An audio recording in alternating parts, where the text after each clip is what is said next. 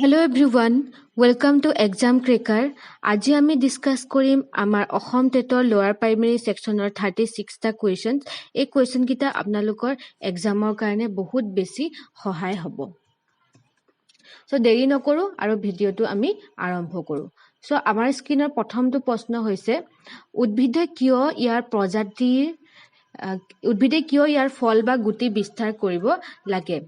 ইয়াৰ অপশনসমূহ আপোনালোকে পঢ়ি লওক আৰু এইকেইটা অপশনৰ ভিতৰত আমাৰ শুদ্ধ উত্তৰটো হ'ব এটো যে 4 নম্বৰ অপশনটো ন ঠাইত নিজৰ প্ৰজাতি বংশ বৃদ্ধিৰ বাবে উদ্ভিদে গুটি বিস্তাৰ কৰিব লাগে। Question number 2 গছৰ পাতত থকা ৰন্ধৰ জৰিয়তে বহু পানী ওলাই যাব পাৰে বা নষ্ট হয়। বেছিভাগ পাতৰ ৰন্ধ পাতৰ ভিতৰ ফালে কিয় থাকে।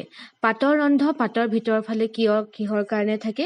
ইয়াৰ শুদ্ধ উত্তৰটো হ'ব উদ্ভিদৰ দেহৰ পানী যাতে পাতৰ ৰন্ধৰ মাজেৰে ওলাই যাব নোৱাৰে সেইকাৰণে পাতৰ ৰন্ধ পাতৰ ভিতৰ ফালে থাকে।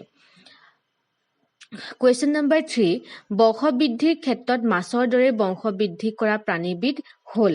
মাছৰ দৰে কোনে বংশবৃদ্ধি কৰে। ভেকুলীয়ে বংশবৃদ্ধি কৰে।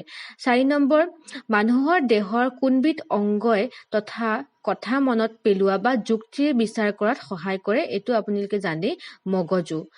অপশন 5 Question 5 বিশ্ব পৰিৱেশ দিৱস কেতিয়া পালন কৰা হয় 5 জুন তাৰিখে। Question 6 এচিড বৰষুণৰ বাবে ইয়াৰ একো ক্ষতিগ্ৰস্ত নহয়। এচিড বৰষুণৰ কাৰণে কাৰ একো ক্ষতিগ্ৰস্ত নহয়। ইয়াৰ অপশনটো কি হ'ব জীৱ-জন্তু। এচিড বৰষুণৰ কাৰণে জীৱ-জন্তুৰ ক্ষতিগ্ৰস্ত নহয় বাকি গুটিখিনিৰে ক্ষতিগ্ৰস্ত হ'ব। Question 7 মানুহৰ কাৰ্যৰ বাবে ক্ষতিগ্ৰস্ত হোৱা অজন স্তৰক সুৰক্ষা দিয়াৰ বাবে গঠন হোৱা মন্ট্ৰিল প্ৰটকল কেতিয়া গ্ৰহণ কৰা হৈছিল। তো মন্ট্ৰিল প্ৰটকল আমাৰ গ্ৰহণ কৰা হৈছিল 1987 চনত 1987ত মন্ট্ৰিল প্ৰটকল। 8 নম্বৰ প্ৰশ্নটো হৈছে তলত উল্লেখ কৰাবোৰৰ ভিতৰত কোনবিধ আৱৰ্জনা আটাইতকৈ অপকাৰী। কোনবিধ আৱৰ্জনা আটাইতকৈ অপকাৰী হ'ব। ইয়াৰ ভিতৰত প্লাষ্টিক তেজস্ক্ৰিয় আৱৰ্জনা কাগজ গোবৰ। ইয়াৰ ভিতৰত আৱৰ্জনা হ'ব আটাইতকৈ অপকাৰী তেজস্ক্ৰিয় আৱৰ্জনা। Question 9 ফ্লোৰাইড প্ৰদূষণৰ পৰা সাধাৰণতে অনিষ্ট হোৱা অংগ। ফ্লোৰাইডৰ পৰা কি অনিষ্ট হয় দাঁত। অপশন 3 Question 10 প্ৰদূষণৰ প্ৰভাৱ প্ৰথমতে ক'ত লক্ষ্য কৰা হৈছিল। শুদ্ধ উত্তৰটো হ'ব সেউজীয়া শাক-পাচলি। সেউজীয়া শাক-পাচলিত আমাৰ প্ৰথমতে প্ৰদূষণৰ প্ৰভাৱ লক্ষ্য কৰা হয়। Question number 10 খাদ্য শৃংখলত সৰ্বাধিক অৱস্থিতি কাৰ থাকে। খাদ্য শৃংখলত সৰ্বাধিক অৱস্থিতি থাকে এক উৎপাদকসকলৰ থাকে। উৎপাদকসকলৰ পৰাই খাদ্য শৃংখলটো আমাৰ কি হয় আৰম্ভ হয়। 12 নম্বৰ প্ৰশ্নটো তলৰ কোনবোৰ উদ্ভিদৰ পৰা তেল উৎপাদন কৰিব নোৱাৰি। বেঙেনা সৰিয়হ সয়াবিন নাৰিকল। ইয়াৰ শুদ্ধ উত্তৰটো কি হ'ব বেঙেনাৰ পৰা নোৱাৰি বাকি গোটেইখিনিৰ পৰা পাৰি। 13 নম্বৰ প্ৰশ্নটো হৈছে বৰ্তমানৰ তিনিতৰপীয়া পঞ্চায়তী ৰাজ ব্যৱস্থাৰ মূল হোতা হ'ল। এই তিনিতৰপীয়া যোনটো পঞ্চায়তী ৰাজ ব্যৱস্থা হয় সেইটো কোনে উলিয়াইছিলে। অপশন হ'ব কি এইটো শুদ্ধ হ'ব বলৱন্ত ৰায় মেহতা কমিটিয়ে উলিয়াইছিলে। Question number 14 শিক্ষকতাৰ বৃত্তিটো কোন পৰ্যায়ৰ বৃত্তি। এইটো আপোনালোকে এনসাৰ দিয়ক যে শিক্ষকতা যিহেতু সকলোৱে শিক্ষক হ'ব গৈ আছে শিক্ষকতাৰ বৃত্তিটো কোন পৰ্যায়ৰ বৃত্তি। প্ৰাথমিক দ্বিতীয় তৃতীয় পৰ্যায়ৰ বৃত্তি নে এটাও নহয়। Question number 15 তৰাবোৰ সাধাৰণতে কি হয়। তৰাবোৰ সাধাৰণতে অত্যন্ত উত্তপ্ত উজ্জ্বল গেছেৰে পৰিপূৰ্ণ হয়। অপশন 4 শুদ্ধ উত্তৰ। Question number 16 যিবোৰ মেপে দেশ তথা ৰাজ্যসমূহৰ সীমা কালি আদি দেখুৱায় তেনে মেপক কি বুলি কোৱা হয়। যোনখন মেপে ৰাজ্যবিলাকৰ সীমাও দেখাব কালি দেখাব এনেবোৰ মেপক কি বুলি কোৱা হয়। ইয়াৰ শুদ্ধ উত্তৰটো হ'ব ৰাজনৈতিক মেপ। Question 17 তলৰ কোনবিধ তৈয়াৰ কৰিবলৈ স্কেলৰ আৱশ্যক নহয়। স্কেলৰ আৱশ্যক কোনবিধ তৈয়াৰ কৰিবলৈ নহয় স্কেটছ। 18 নম্বৰ প্ৰশ্নটো হৈছে ভাৰতীয় মানসময় গণনা কৰা হয়। ভাৰতীয় মানসময় কেতিয়া গণনা কৰা হয়।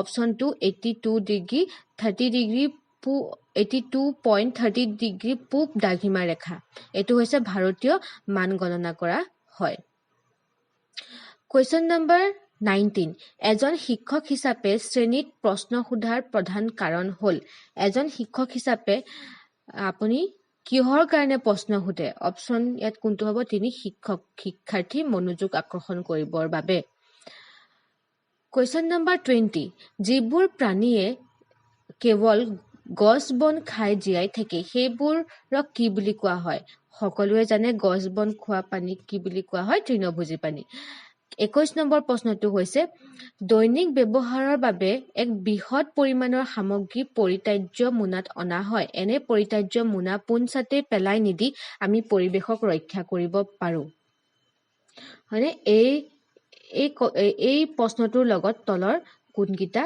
শুদ্ধ হ'ব পাৰে হয় আমি আমাৰ পাকঘৰৰ সামগ্ৰী থবৰ বাবে ব্যৱহাৰ কৰিব পাৰো যি সকলৰ আৱশ্যক আমি তেওঁলোকক দিব পাৰো আমাৰ নিজস্ব সৃষ্টিশীল মন ব্যৱহাৰ কৰি আমি আনধৰণে ব্যৱহাৰ কৰিব পাৰো তেতিয়া হলে আমাৰ কি হ'ব অপচন 4 গোটেই কিটা শুদ্ধ হ'ব Question number 22 স্বৰাজ মোৰ জন্মস্বত্ব এই বাক্যশাৰী কাৰ হয় স্বৰাজ মোৰ জন্মস্বত্ব এই বাক্যশাৰী কাৰ হয় বাল গংগাধৰ তিলক Question number 23 সকলোৰে বাবে স্বাস্থ্য হেল্থ ফৰ অল এয়া কোনটো অনুষ্ঠানৰ উদ্দেশ্য বা এইম হয় এয়া শুদ্ধ উত্তৰটো হ'ব 2 World Health Organization WHO বিশ্ব স্বাস্থ্য সংস্থা Question 24 ৰাষ্ট্ৰসংঘৰ নিৰাপত্তা পৰিষদৰ মুঠ 15 জন সদস্যৰ 10 জন সদস্য নিৰ্বাচন কৰি লোৱা হয় এওঁলোকক কেইবছৰৰ বাবে নিৰ্বাচন কৰা হয় ৰাষ্ট্ৰসংঘৰ সদস্যসকলক কেইবছৰৰ বাবে নিৰ্বাচন কৰা হয় ইয়াৰ শুদ্ধ উত্তৰটো কি হ'ব 2 বছৰৰ বাবে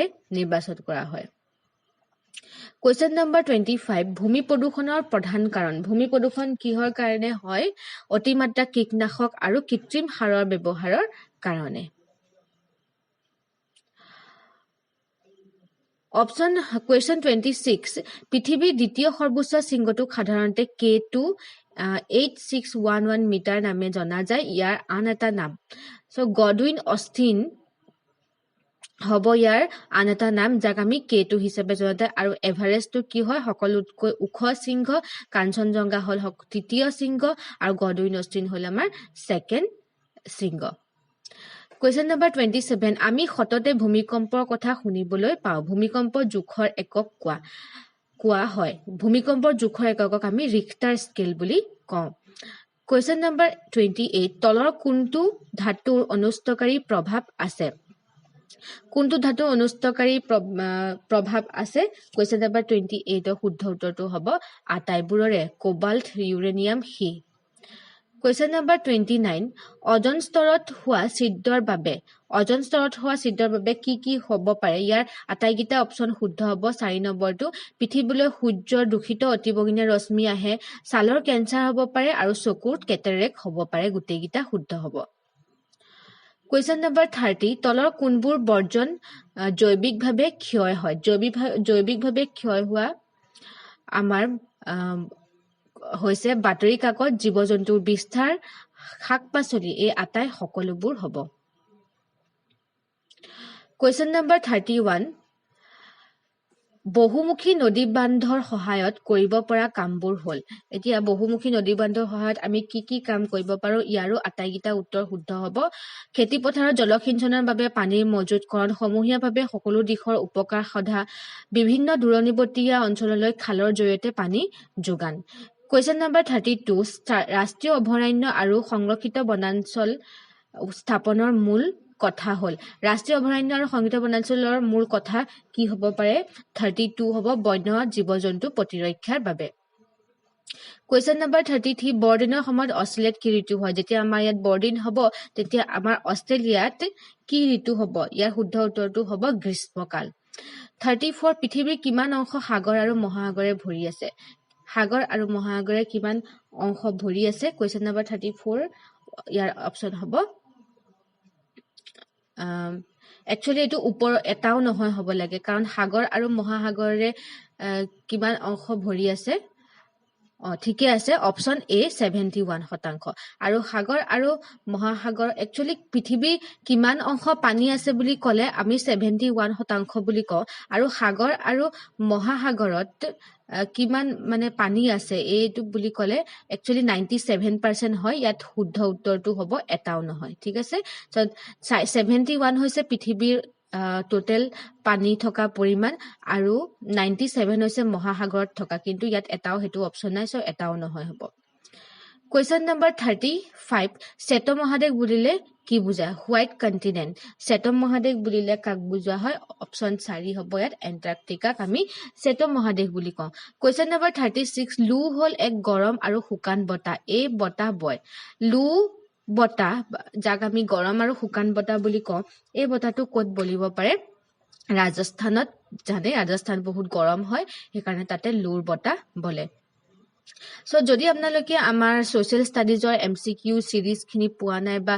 সোশ্যাল ষ্টাডিজৰ হোল সিলেবাসটো আমি কভাৰ কৰা আছে সেইখিনি পোৱা নাই তেতিয়াহলে আমাৰ এই নম্বৰটো যোগাযোগ কৰিব পাৰে আৰু যোগাযোগ কৰাৰ পাছত আপোনালোকক আমি পিডিএফ সমূহ আৰু ক্লাছ টাইমিংৰ পিডিএফ সমূহ আমি প্ৰভাইড কৰিম তাৰোপৰি আমাৰ এক্সাম কেকাৰ্ছৰ ফালৰ পৰা আছে আমাৰ ইউজিসি নেট আৰু স্লেটৰ ক্লাছ জেনাৰেল পেপাৰ 1 আৰু economics education political science philosophy anthropology Assamese এই গুটেখিনি ক্লাস হয় আৰু শেষত ক কোনে কিমান কোৱেশ্চনছ পাৰিছে মোক কিন্তু জনাবৰ কাৰণে আপোনালোকে নাপাহৰিব আৰু আমাৰ 500 এমসিকিউ সিৰিজ সমাজ অধ্যয়নৰ চলি আছে আপোনালোকে এনৰোল হ'ব পাৰে অলৰেডি আমাৰ 4টা কোৱেশ্চন শীট আমাৰ গ'ল আৰু বাকি সমূহ আমাৰ আহি আছে আৰু ইয়াৰ কাৰণে পাবৰ কাৰণে আমি ডেসক্ৰিপশন বক্সত নম্বৰ দিম তাত যোগাযোগ কৰিব পাৰে থ্যাংক ইউ আৰু এটা কথা মই আপোনালোকক জনাই দিছো এই গুটেখিনি চাওক জিওগ্ৰাফি আসামটেট টেষ্ট সিৰিজ আসামটেট হিষ্ট্ৰী আসামটেট ইকনমি আসামটেট সকলোখিনি ইয়াতে